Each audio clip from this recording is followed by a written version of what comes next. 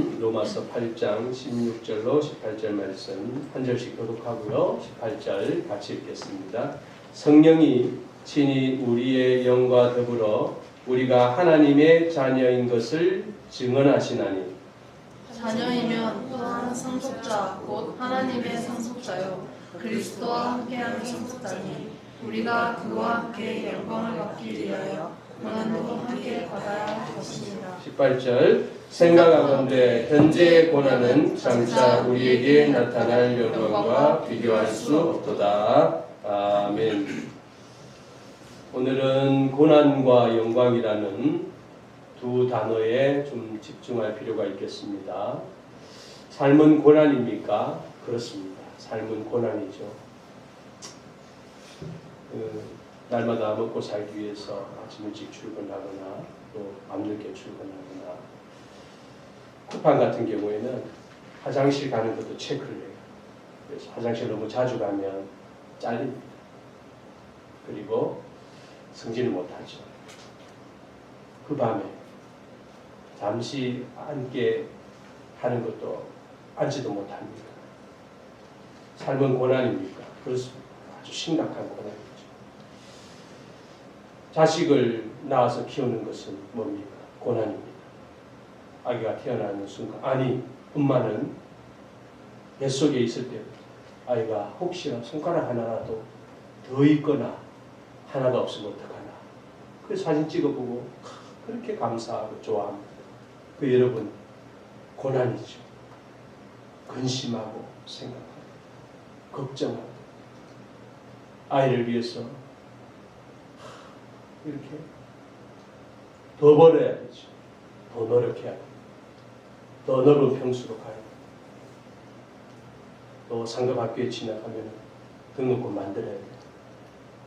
그걸로 끝납니까? 아닙니다. 삶은 고난입니까? 그렇습니다. 그럼 아이들은 어떻습니까? 이 경쟁 사회에서 그렇게 어릴 때부터 친구가 아니고 적이 되어서 죄를 누르고 죄를 이겨야 하는 때는 이 현실 속에서 삶은 고난입니까? 그렇습니다. 고난입니다. 그리고 졸업하고 얼마 안 가서 나중에 이렇게 살펴보면 어떤 아이는 저기 앞서가 있습니다. 그러나 나는 이 뒤에 있는 것도 그런데 여기서 넘어져 있습니다. 통장에 돈도 없고 부모님도 힘들고 나도 힘들고 삶은 고난입니까? 고난입니다. 그렇게 해서 나름대로 꿈을 이루고 집도 장만하고 그렇게 이제 편안한 삶이 시작되나 보나 했는데 큰 병에 걸리고 암에 걸리고 치매가 오고 삶은 고난입니까? 그렇습니다. 고난입니다.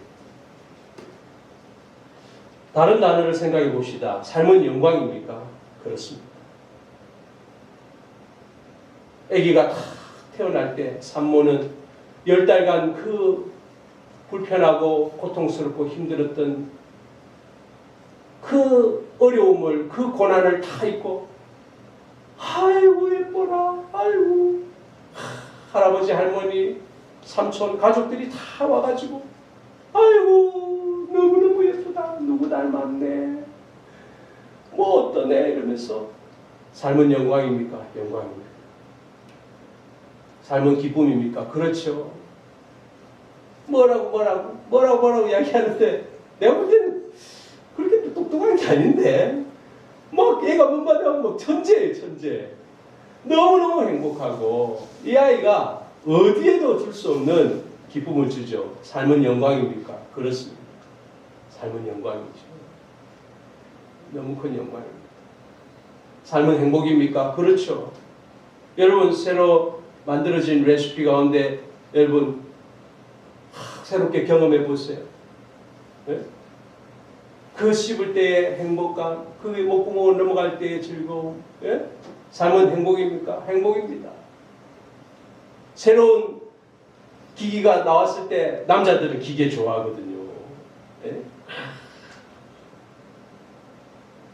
새로 나오잖아요. 그러면 그거 막 새벽부터 줄 서가지고 사고 자기가 큰 돈 주고 샀는데도 얼마나 고마워하는지. 네? 삶은 즐거움입니까? 행복입니까? 행복입니다. 우리 막내가 다른 아이들하고 같이 어쩌다 보면 우리 집 자기 컴퓨터가 없으니까 PC방에 가는 약속 잡아놓고 그 나설 때의 그 보람되고 즐거운 표정, 그런 표정은 난 본 적이 없어요. PC방에 너 약속 있냐? 아, 예, 약속 있습니다. 나갈 때 그 표정, 삶은 행복입니까? 행복이죠. 삶은 즐거움입니다. 삶은 기쁨이고. 여러분, 우리 각자도 다 그렇습니다. 내가 원하던 디자인의 옷을 다 입었을 때, 그걸 선물 받았을 때, 또 생각지도 못했던 돈이 환급되고 내 통장에 다 꽂혔을 때, 삶은 행복입니까? 물론 너무 빨리 빠져나가고 너무 그냥 쑥쑥쑥쑥 띵동 띵동 띵동 이러면서 막 빠져나가지만 어쨌거나 삶은 행복입니까? 행복입니다. 너무 즐거워요. 그럼 여러분 그 고난과 영광 그 사이 어디쯤에 여러분들이 있습니까? 여러분들의 삶은 그 고난과 행복의 어디쯤에 지금 자리하고 있죠? 그것을 여러분 수치로 환산할 수 있을까요? 아니면 그것이 지속 가능한 어떤 시점에서 이대로 계속 갔으면 좋겠다 그런 마음이 있다 할지라도 그렇게 계속 갑니까? 고난의 수치가, 아픔의 수치가 높고 또 영광의 수치가 높고 그 비율과 그것을 그런 크기와 깊이와 넓이를 우리가 조정할 수 있습니까? 절대 그럴 수 없습니다. 또 다른 사람이, 나 자신도 그렇지만 다른 사람이 고난과 영광의 수준 어디까지 와 있는지 어디로 갔는지 알 수 있습니까? 모릅니다. 그 사람의 통장을 보고 그 사람의 말하는 인터뷰를 듣고 그 사람의 삶을 다 살펴봐도 실제로 그 사람이 어떠한 삶을 살고 있는지 잘 모릅니다. 그러니 여러분, 우리는 고난에 대해서, 영광에 대해서 전혀 새롭게 해석하고 분명하게 해석하고 참되게 해석해야 돼요. 여러분들은 힘듭니까? 여러분들은 행복합니까? 어떤 사람은 너무도 빈번하게, 너무도 습관적으로 자기가 불행하다고 말합니다. 그런데 어떤 사람들 얘기를 들어보면, 그 사람 얘기 들어보면은 막 화가 납니다. 아니, 이렇게 좋은데, 이렇게 괜찮은데, 또 어떤 사람은 아유, 저 사람 얼마나 힘들까 싶어서 얘기를 나눠보면 그냥 꿋꿋하게 견뎌내고 그러면서도 뭐 다른 사람 도와주기도 하고, 아니 자기도 힘든데 짐을 들고 다른 사람을 묻히는, 네, 같이 막 끌고 가는 거예요. 그러니까 여러분, 여기에 대해서 아주 중요한 부분이 있습니다. 그건 뭐냐면 다른 사람을 평가하거나 다른 사람을 정죄하거나 다른 사람의 고난과 행복에 대하여 섣불리 판단하지 말라는 거예요. 판단하지 말라는 것이죠. 왜냐하면 그 사람이 그렇게 고통 속에 있는데 그 사람이 괜찮지 뭐 어쩌지 이러면 더 힘들어져요. 그리고 사실은 그렇게 아프지도 않으면서 막 꾀병을 부리면서 아이고 어떻다 원망하고 투정하고 안 좋은 얘기만 하고 그것도 이렇게 꼴사나운 겁니다. 그러니 삶의 어려움 속에 있을 때에 우리가 괴로울 때에 이것을 가지고 따라하겠습니다. 주님께로 나아갑니다. 주님께로 나아갑니다. 그것이 신앙이에요. 주님께로 나아가는 거죠.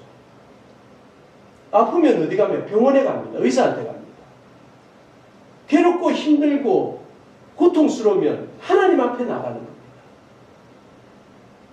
사람들을 원망하거나 쟤도 나처럼 좀 안 됐으면 좋겠다.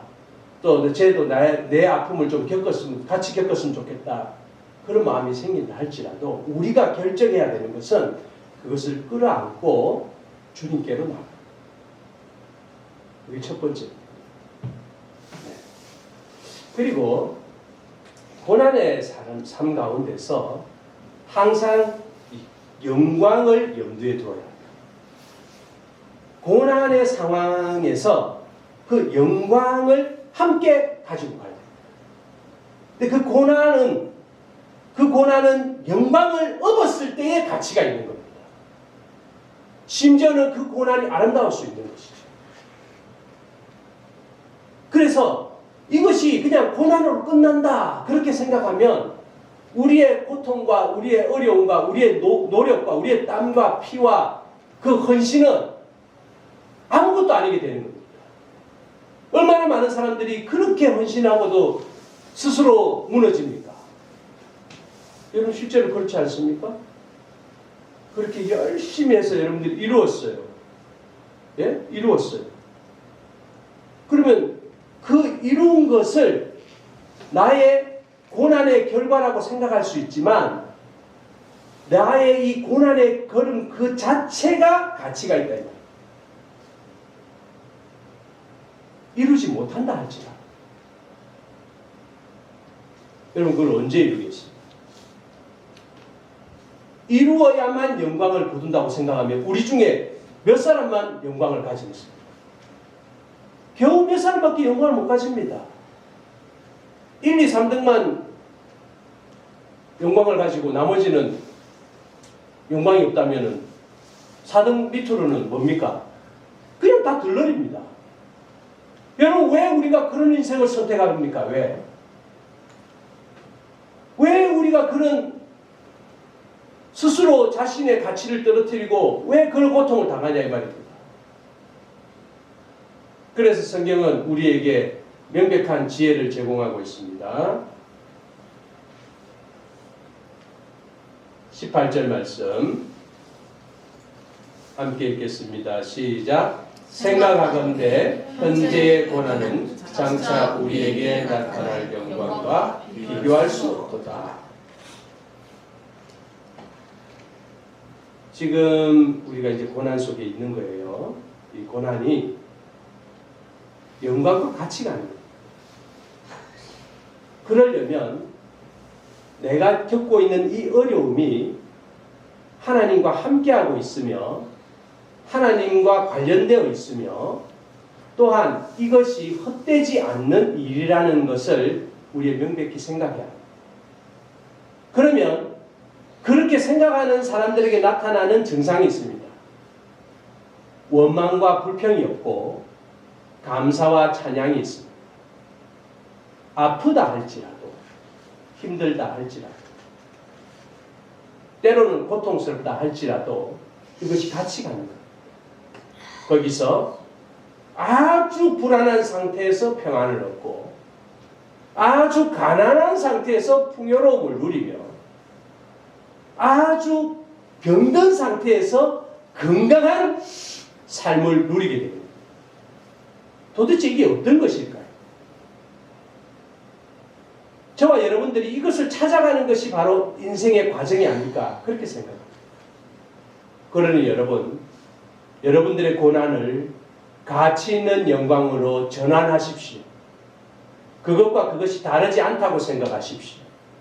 놀랍게도 우리의 몸은 고통을 주었을 때 강해집니다. 우리의 몸은 아주 우리가 감당해내기 힘든 벅찬 스트레스를 주었을 때 그것이 심지어 터지기도 하고 조직이 찢어지기도 하면서 더 강해집니다. 그러면 여러분 그것이 강해졌을 때의 영광입니까? 그렇습니다. 그럼 그것이 강해지려고 하려고 우리가 운동을 하거나 막 노동을 하거나 힘써서 뭔가 힘을 써서 그 어려움을 겪는 것이 영광입니까? 그것도 영광입니다.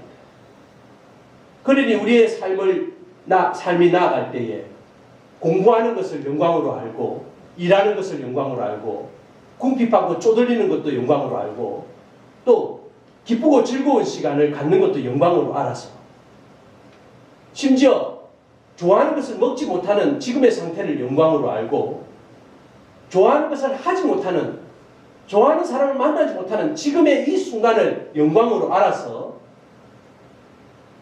그를 향한 간절함이나 그를 향한 그리움을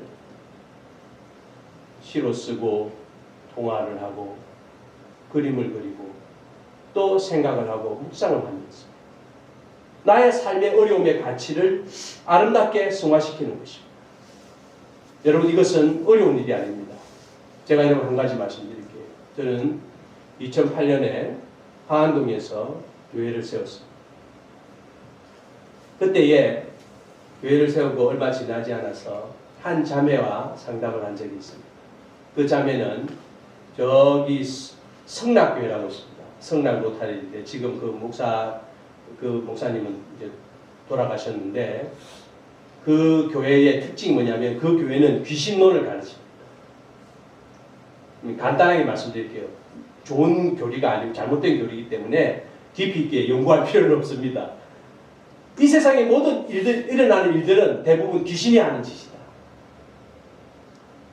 그래서 감기에 걸리면은 감기 귀신이 붙어가지고 기침을 하고 그래서 그 사람들은 사탄아 물러가, 마귀야 물러가라, 감기 귀신아 물러가라 이렇게 합니다.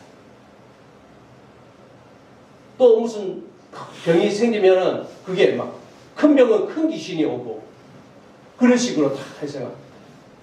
그게 왜 그 교회가 그렇게 커지고 왜 그렇게 사람들이 많이 모였는지는 한국의 샤머니즘의 그 정서, 샤머니즘의 그 전통, 그 이어내려오는 그 정서가 영향을 그게 딱 만나진 겁니다.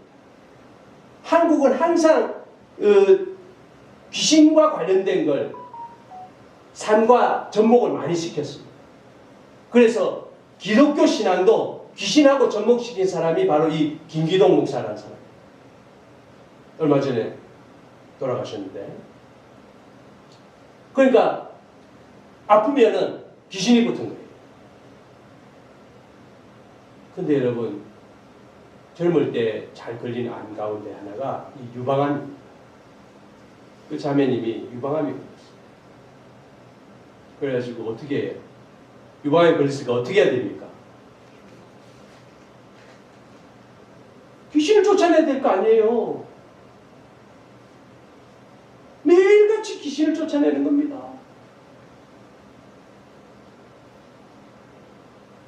전치적 절제술을 통해서 암의 특징이 뭐냐면 급속하게 성장합니다. 암은 무조건 절제돼요. 물리적으로는 절제. 이 고형으로 돼 있을 때는 혈액암은 절제할 수 없기 때문에 타고 몸 전체를 돌기 때문에 손대기가 힘들어요. 그러나 고형암은 이 덩어리로 되어 있는 것은 절제합니다. 그걸 안 하고 귀신을 쫓아내는 겁니다. 어떻게 되겠습니까? 예수께서 그래서 이제 손을 쓸 수 없게 젊은 분입니다. 자, 여러분, 그래서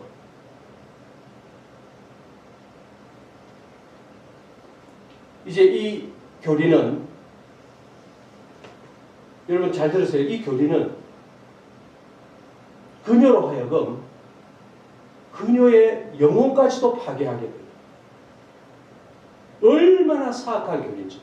자, 잘 보세요. 내가 하나님을 믿으려고 하는데 나는 하나님을 믿었는데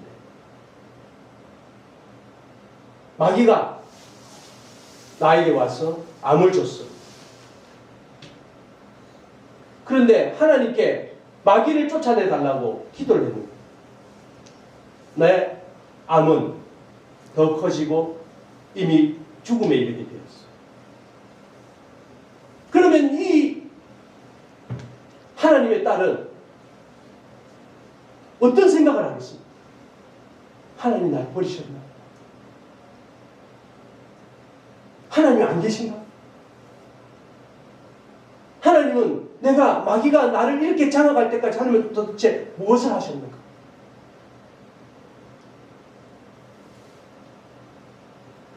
그 많은 세월 동안에 여기 와가지고 서울에 올라와서 자신의 모든 삶을 교회에 바치고 자기의 전 재산을 하나님께 바친 하나님은 그런 분이에요. 하나님.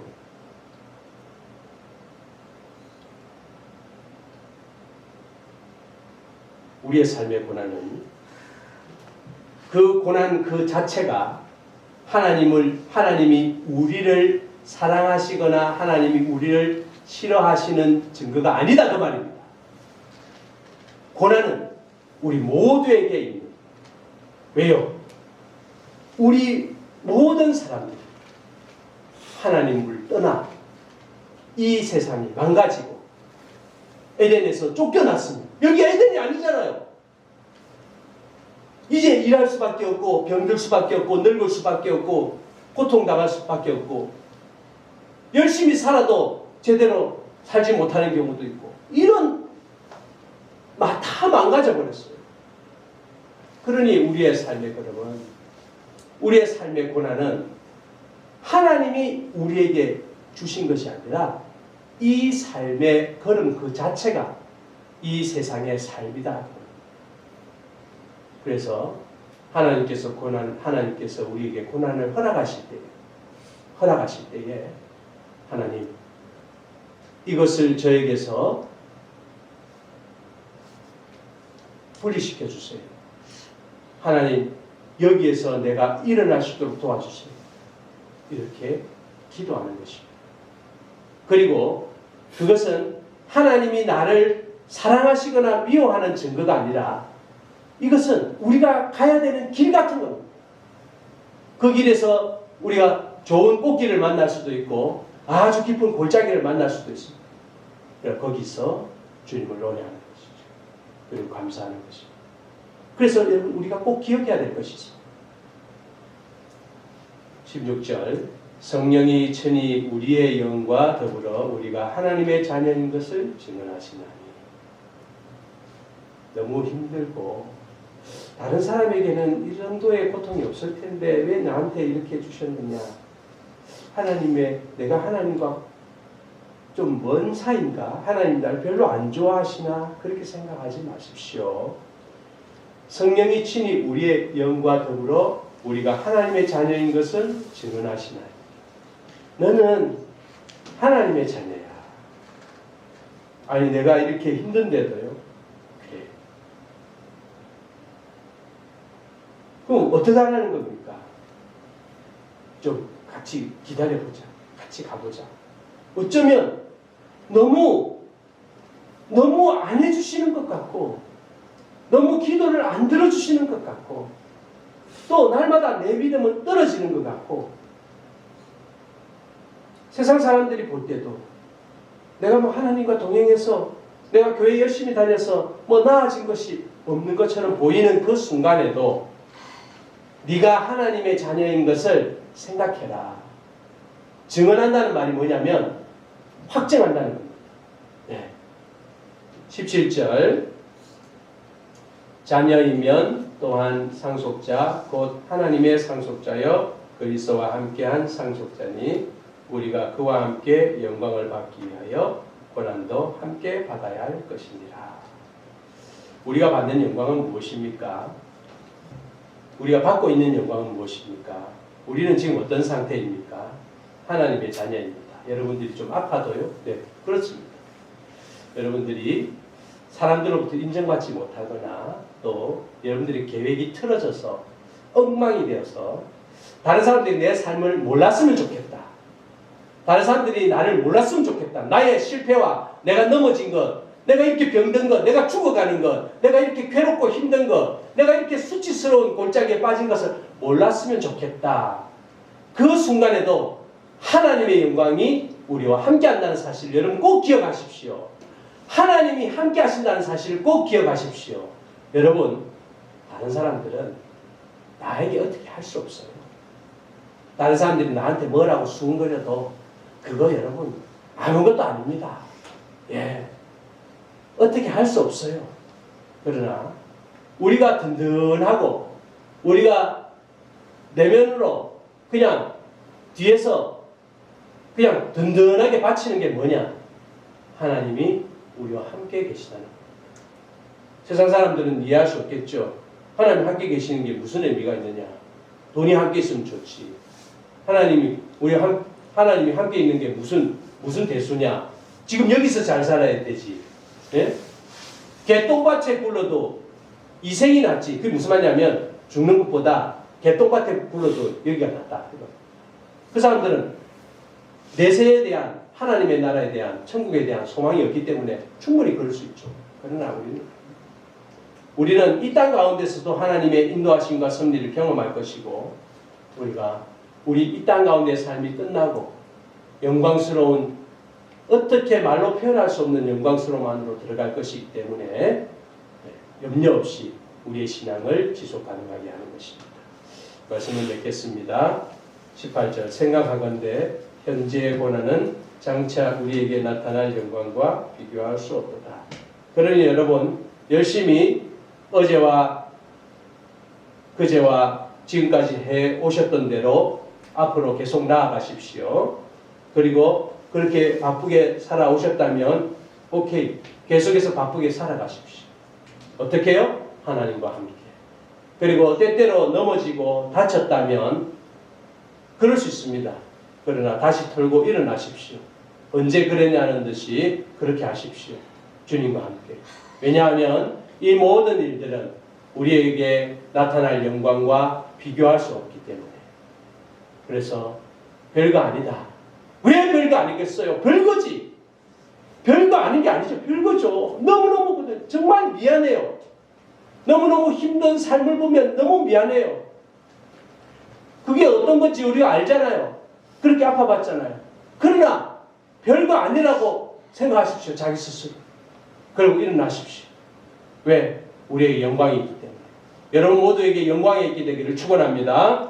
하나님 아버지 감사합니다. 우리의